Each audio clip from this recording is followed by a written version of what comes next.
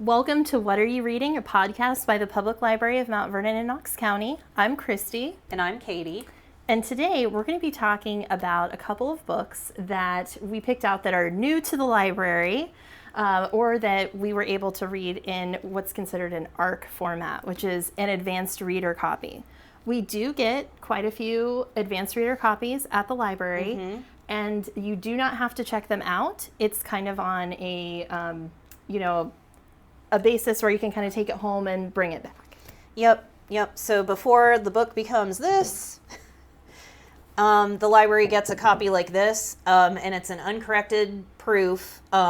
So that's why you can't sell it, buy it, whatever, but you can read it at the library and then bring it back when you're done.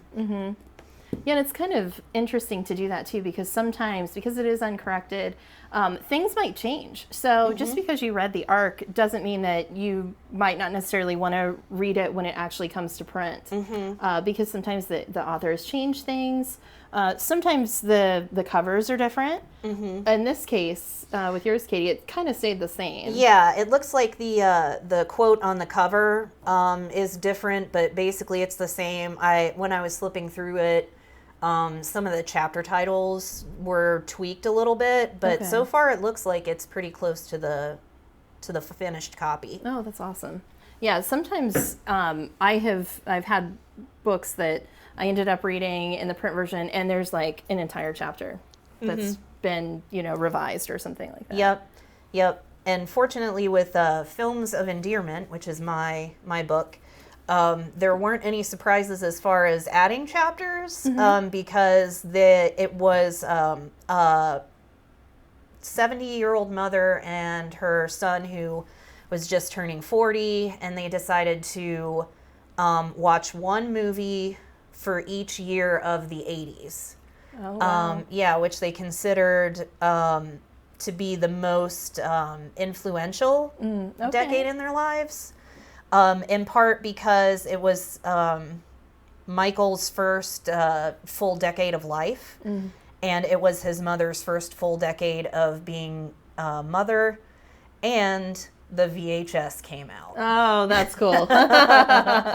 So you were finally able to see feature films without catching them on TV or going to the theater, and you can watch them over and over again. Wow. That's something that we take for granted, being born in like 84 for me, that I've always had access to VHS. So yeah, the idea that you could only see it at the movie theater or when it finally aired on television years and years later. Yep. Yeah, that would definitely make film more accessible. And I assume that's them on the cover. Yes, it's the two of them on the cover, and the project was born out of wanting to reconnect with his mother and getting to know her more as a person.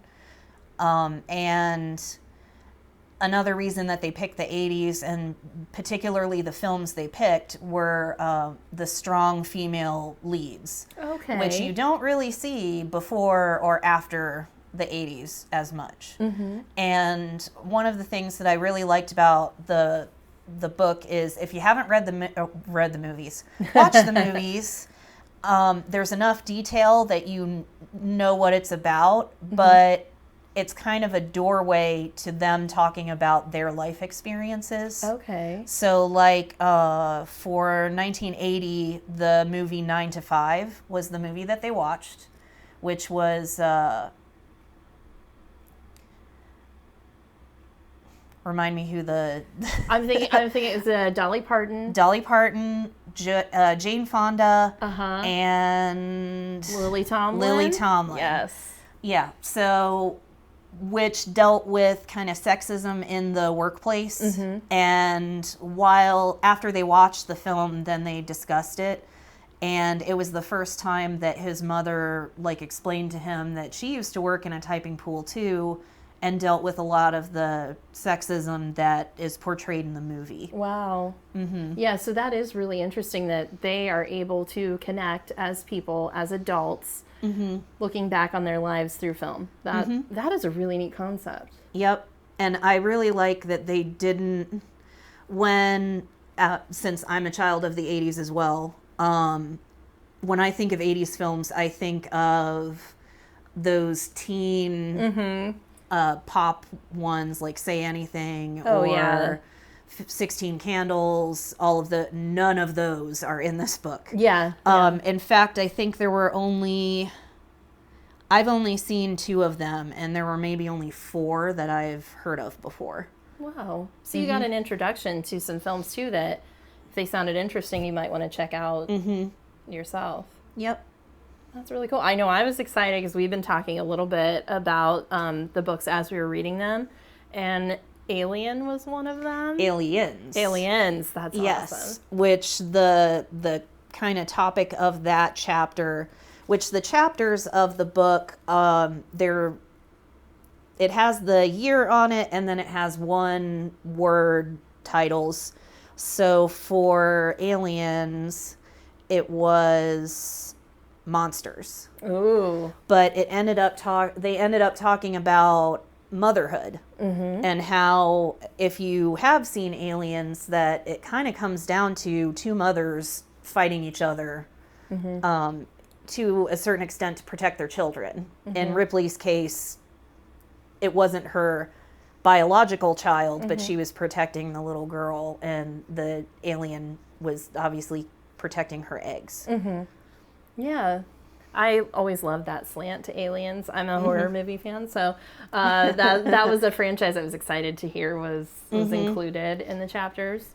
Yeah, I think that was one of the few blockbusters that were included in the book. Wow. 9 to 5 was probably pretty popular as well as Terms of Endearment. Oh, So, which with a title like Films of Endearment, you would think it would almost have to include Terms of Endearment. I wonder if did that chapter seem to you like kind of a favorite, or?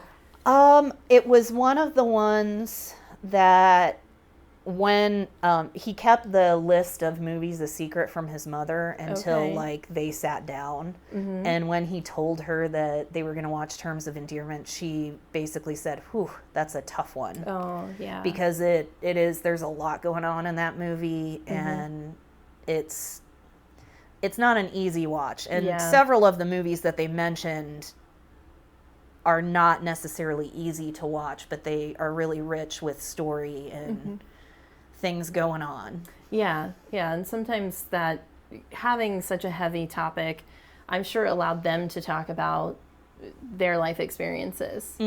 So that can be a catalyst to moving forward. Yep.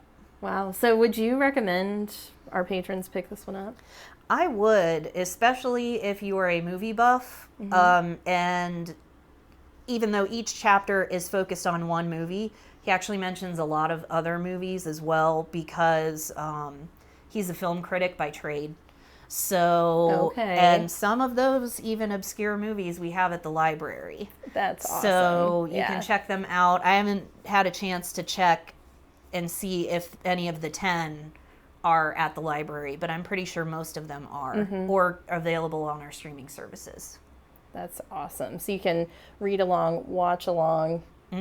That's pretty neat. Yep, and look for the stuff that they talk about. Yeah. It's funny because we both picked nonfiction books this month to talk about. I picked up Technically Food, Inside Silicon Valley's Mission to Change What We Eat by Larissa Zembroff. And this struck me because we are moving into such an interesting place in our food. There's a recent study that came out, I think it's 2018, she talks about in this book, that quite a few, almost half of Americans have at least tried a meat substitute or a plant-based option. So I picked this up just out of interest myself. I'm a big plant-based person. So I was very interested in what I would say is kind of the mystery of plant-based foods. If you're eating something that's processed, obviously there's ingredients, right? So the rise of Impossible Burger, the rise of Beyond Meats, the Just Company, so like Just Eggs, that kind of thing. And of course, plant-based milks, which I think is kind of a gateway to the plant-based world, right? Because everywhere you go, you've got an option: oat milk, coconut milk, almond milk, whatever the case may be, soy milk. So this was interesting to me, largely because this author is a type 1 diabetic. So that's kind of what made her want to dig further into this new tech, which it really is kind of new tech. And she was a tech writer who saw this as kind of a really good way to merge her personal life with her work life. Being a type 1 diabetic, she's constantly looking at labels, food labels, checking the carb counts, all of that kind of stuff. And I think that that's something which she talks about in this book too, we take for granted. You know, you kind of, you flip it over, you might look at those calories. If you are watching your carbs, you might look at the carbs, but you're just like, okay. You know, at least I'm very guilty of that. Yeah. And I went to school with a guy who would look at the nutrition label and just be like, oh, I better eat this really fast. Because it's like you look at it, but you don't necessarily digest what is there. Yeah. And did she find that with like the Impossible Burger and the other ones that the ingredient lists were complicated? Yes. And that was what I was very interested in, because I am a big fan of plant-based, meat substitutes. And there were quite a few things that I learned through this book that were very interesting. So the use of what is called, it's HEME, so if I pronounce it wrong, I think it's like heme, something like that. But it's kind of that agent that makes Impossible look very real. And thinking of like a plant-based option and thinking automatically, oh, it's probably healthier because it's a plant-based option. Unfortunately, that's not always the case. So because of these chemicals, because of this new tech where we're bioengineering our food, sometimes there are ingredients that are so close to not ingredients, but building blocks that make up actual animal proteins, they often include the same health risks. Okay. So that is something that I was unaware of really until now. And I'm definitely going to start checking my labels way, way closer. So I found that to be really, really interesting. And this rise of companies, specifically Silicon Valley startups that saw this burgeoning market and saying, hey, we are tech-based, we can start engineering these products and totally flipping, and moving into creating food, becoming farmers in a way. So I found that to be really interesting. She went behind the scenes with a lot of these companies. She did a lot of interviews, CEOs of these companies. She was given unprecedented access to their facilities, many of which she said were kind of shockingly similar to meat processing companies that she had been in, where she had to remind herself, especially Impossible, because they have always marketed themselves as the burger that bleeds, as, unsavory as that sounds. But she said it was really interesting to be on the floor at the factory and seeing this, red, like kind of beet juice, the heme ingredient, where it does look like. It looks like ground beef instead of whatever it's made of. Absolutely. And she does something very similar to what you saw in your book, in that each chapter is kind of a very just a crisp little title. So chapter 1 is algae. So we learned about the way that we're using algae and the fact that there are so many different types of algae and they're edible. So ways that we can turn algae into foods and how, that might be a healthy alternative. We talked about fungi because, that has always been a really popular kind of meat substitute before we were engineering meat, plant-based meats. Pea protein is another one that, has been super popular. She goes down the list. She even has a chapter on upcycling our food. So how we can use what we would consider compost to actually create new foods out of our food waste. Okay. So that was really interesting.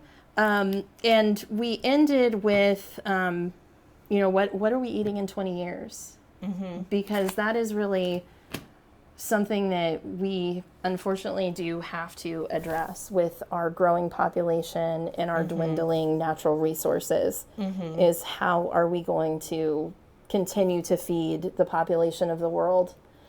Yeah. And there was a lot of talk about vertical farming as well, other things that we can do as a society to shrink our carbon footprint, growing as much of our own food as we can, and, just ways to reduce our general footprint on the planet. Yeah. Yeah, so I would definitely recommend this. Okay, too. yeah. Yeah, it's really interesting. And I remember in the before times, when I went to Disney World, they had the sustainable farming. Oh, yeah, absolutely. And I'll never forget that they had like a fish tank and then their plants. So you've got the hydroponics where they're grown in water instead of soil. And then the fish eat the roots, and then their poop fertilizes the food. So then it just keeps going, and there's no waste because they're using all of everything. Absolutely. And I've noticed recently, I like the idea of gardening. I don't actually do it. Yeah, same. But same.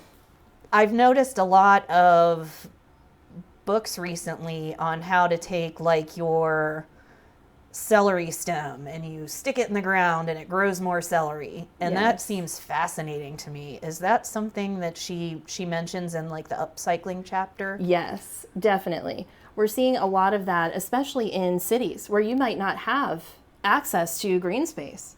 So the potatoes, celery, artichokes, like there's quite a few things that people are starting to realize, hey, I might have a 70 square foot apartment. That is absolutely a reality for some people, that I've got a window and I have a glass jar, and I can start at least a part of my diet. I can keep producing for myself, which is absolutely liberating and very exciting, So the upcycling chapter is actually very, very interesting, and a lot of things I had not even thought of, especially, being able to use your compost or using these just stems or just little bits of food to create more food. And that might be kind of the wave of the future. Yeah, I feel like that would be something, especially with certain areas that do not typically have access to fresh food. They can maybe get one of these stems and then start the cycle. And for me, it seems almost more cost effective too. You buy like a $2 stalk of celery, and then who knows how many times you can regrow that celery. Oh yeah, absolutely. Like this is something that is definitely going to help in many ways, and kind of change people's lives. Having access to fresh food, we definitely discuss food deserts, that kind of thing as well. So getting that knowledge out there, I think, is the most important thing, right? To let people know that there are resources and ways that we can start doing things that might help all of us in the end. And her outlook is kind of the same as mine, in that I'm very excited for all of these new products. The ability to go to a fast food restaurant and get a plant-based burger, which you can do almost everywhere now, or a plant-based option, is very, very exciting. But also being very aware that those ingredients, although they might be a slightly healthier choice, they do have quite a bit of processing that goes into them. So still paying attention to those labels, you know, still making sure that you're looking after your own health.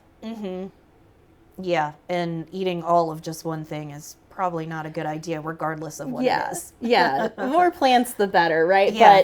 But yeah, just definitely paying attention and, you know, not substituting something that is bad for something that's equally as bad. So just being more aware. And, you know, I really felt for her because reading her story as a type 1 diabetic was also very eye-opening.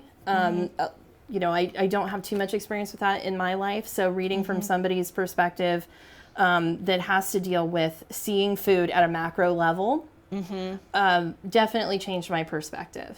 So anyone that's interested in just learning more about your body, about what you're putting into your body and how that affects the planet, I would definitely suggest this book. It's fantastic and it's new. I'm the first person to read it, so stop in, check it out. Just super enjoyed it, and it's pretty. Even though it looks dense, and I took a lot of notes, it is very accessible. It was very reader friendly. Great. So yeah, I enjoyed it. Well, thank you guys so much for joining us again this month. And if you like this video, like, subscribe, give us a thumbs up, and we'll be back. We're probably going to have some special guests sprinkled in for the rest of the year, so be on the lookout for that. And we'll continue to talk about some new reads. Yep. Well, thank you guys so much. Thank Bye-bye. you.